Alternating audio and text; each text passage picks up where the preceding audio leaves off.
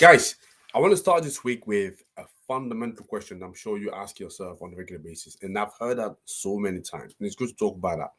Should Africa decarbonize first or should we industrialize first? It's still part of a conversation that I had with you not long ago, right? And I want to just come back to that and discuss and maybe share a couple of ideas around that. Yeah, if you are open to it. Is that okay? Let's discuss it.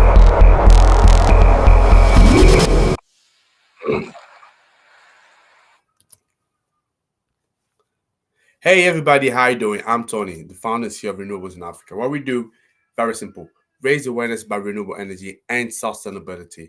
If you're interested to expand into Africa, we are your eco bridge to this market, and we can help with visibility, leads, and deals.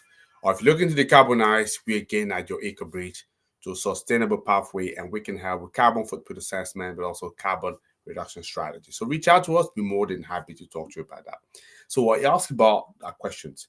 Decarbonizing first or industrializing first? That's actually the question I put in front of you. What is your opinion? Just let me know.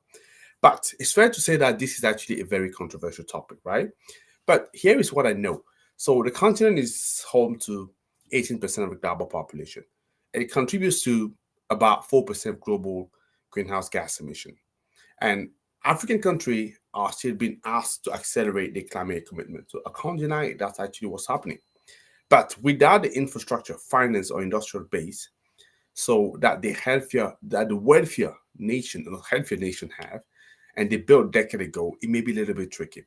So here is 5 facts that shape this conversation. Is good to put that into perspective. So about not 600 million anymore, but 700 million people in Africa, they lack access to electricity, and that's almost half of the population, right, that we have. And without power, so how do you build factories? How do you create jobs? So how do you grow economies? You clearly can't do that, yeah? So industrialization, it's not optional. Africa imports over 80% of the processed goods, from food to fertilizer to finished electronics. So local production, it's key to economic sovereignty. Local production. Put it into your mind, right? I'm probably going to come back to that at some point in time. And this is also one thing that I hear on a regular basis, and this is true. Every major economy has used fossil fuel to grow. US, Europe, China, they have relied on coal, gas, oil during the growth phase. Yeah. And we know that from the African continent, so we are actually being asked to skip this step without the same resource or support. That's actually an argument I'm hearing. And also, it's valid. Let's put it that way, right? So the African Union Agenda 2063 prioritize manufacturing, infrastructure, and also energy access, all of which require stable, affordable power. And climate justice is about responsibility and capacity. So although Africa didn't create that crisis, we still need to act and bring our contribution. But here is a dilemma. So how do we grow economies? How do we create jobs? How do we raise living standard without being locked out of the tool that the best of or the rest of the world has used? And here's another question.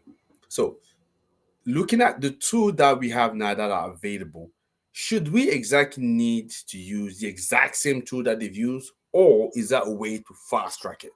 That's also the other question that we should be asking and look at that, right?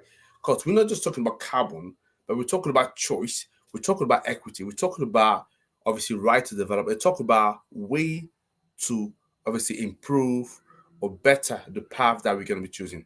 So we're going to be looking at resources tomorrow, and we're going to be looking at the pressure to decarbonize, where it's really coming from, and what it means for the continent. But today was not about just opening up this conversation for you, show you the different avenue that we have and see how we can tackle that. But in between, just drop a comment to me. Let me know what is your opinion, right? So how should we go? How should we do decarbonizing, industrializing first, and what should we use?